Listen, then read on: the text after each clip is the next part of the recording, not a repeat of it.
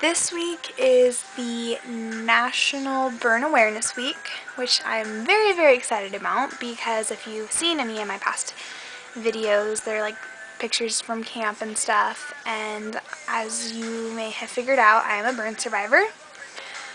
I am going to tell my story, and I want it to be like I don't want it to be a super long video, so if you have any questions, feel free to ask. If I get any requests for what it's like to be a survivor, I'll make a survivor video. If I get any requests to tell more about camp, since even like my other videos are only pictures, I'll make a video for that. And I can't think of anything else, but pretty much if you want me to make a video, just tell me. Like, I really will. I very much am a procrastinator though, so the more requests I get for a video, the more likely I am to make the video. So I'm gonna tell my story, and I hope maybe it makes a difference or something for you.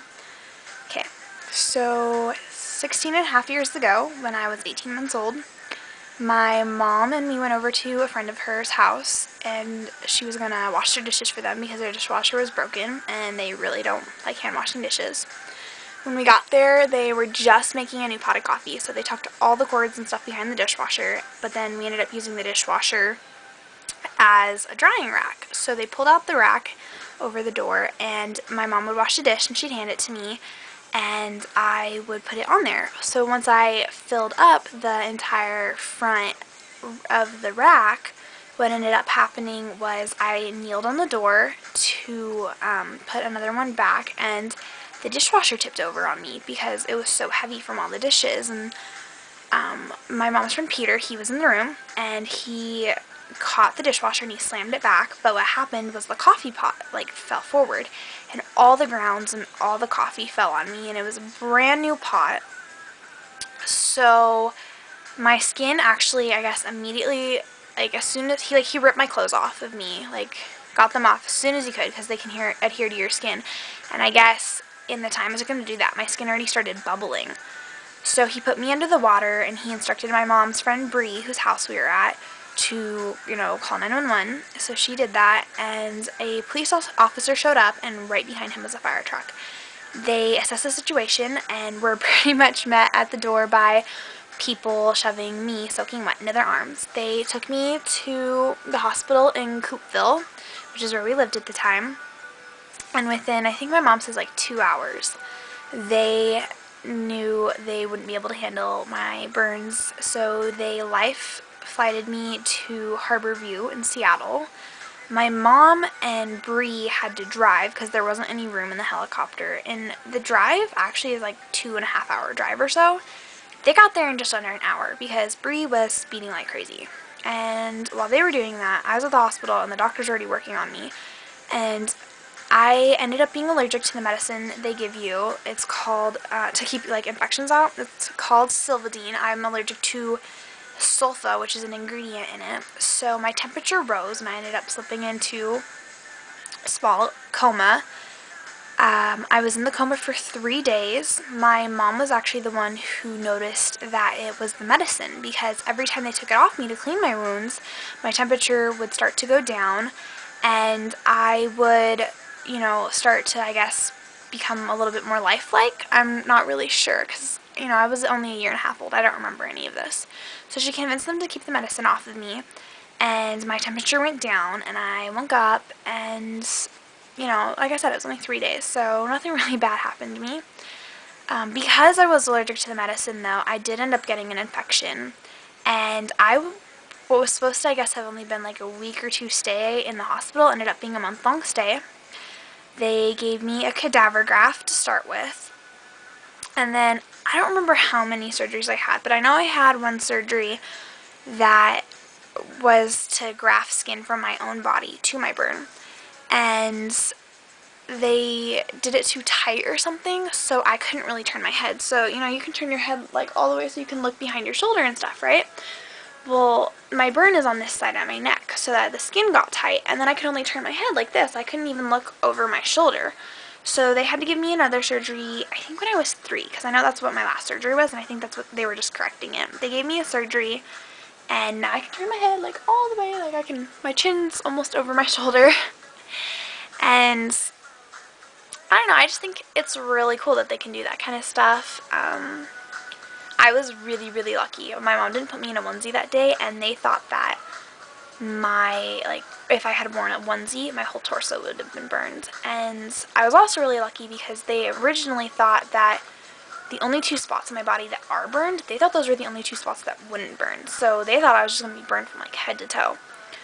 I guess that's not true. I have 3 spots that are burned. One of them is my chin, but you can't see unless I get angry because my whole face turns red. And then I have a weird like white chunk on my chin because that's where it's burned. It doesn't like change colors and stuff. Yeah, I don't know. That's my story. There's not really much to it. My last surgery was when I was 3. I really don't remember like any of it. It was just all so long ago.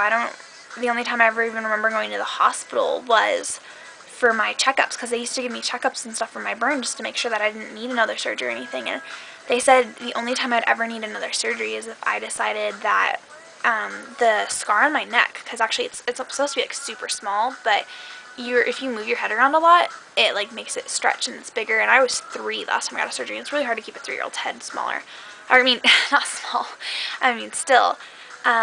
So it stretched out, but they said that was like if I wanted to go in and get that fixed, that was the only time I'd ever need another surgery or anything. And I just feel like it's kind of changing who I am if I go do that. And I have to spend like 6 months in a neck brace, and then I have to deal with the scar being bright red for like another year after that, and it's not worth it. I'd rather keep my scar. It's part of who I am. Like, I wouldn't change it for the world. So I'm gonna show you my scars, and thank you for watching. Okay. So if you look, the first one is about that big. It's all the way across my neck. I don't know if you can even see it. And then the other one is right here on my shoulder. I don't know if you can see it. I'm like having difficulty looking and doing this. It looks like a tree in my opinion, which I think is really, really cool. And it's in a spot where I can't get surgery to fix it, so it looks smaller, which is another reason why if I could get them both fixed, I don't know, maybe I would get them fixed. But I love the one that looks like a tree. And people almost like never see my burns unless I'm in, I don't know, a tank top or something. So, I don't know, I love my burns. The one on my shoulder, actually, it used to go from about mid-back to mid-chest. But over the years it's shrunken, so it's about like that. It's like a hand size, you know? I'm so lucky compared to a bunch of people, and I'm going to put a link actually to my friend Haley, because she's a burn survivor too, and if you look at some of my my picture videos from camp, you'll see her in all the Phoenix ones. And I think I only have one Phoenix one up right now, but I will definitely put up some more Phoenix ones, because I have pictures from like past couple years, but I only just really started getting into my videos recently. She's been doing videos for about 2 years, so, you know, they're all not about, you know, not all of them are about being a survivor or anything, but she does have several that are about being burned or camp or stuff like that. So check out Haley. I will put a link somewhere around my face, yeah, or in the, you know, bottom down below. I don't know, she's amazing. She'll make you laugh. She's so funny, and I honestly think she's the most beautiful one of the most beautiful people I've ever met. Which a lot of people, like, they judge her right away because her burns are on her face. Like, that's where some of her burns are. But just, I don't know, don't see her burns, just see her as a person. And I think you'll agree with me, like, she's so beautiful. So, love you, Haley, and thank you, people of the YouTube and internet world, for watching. That is my story as a burn survivor, and enjoy the, you know, Burn Awareness Week. Thanks, bye.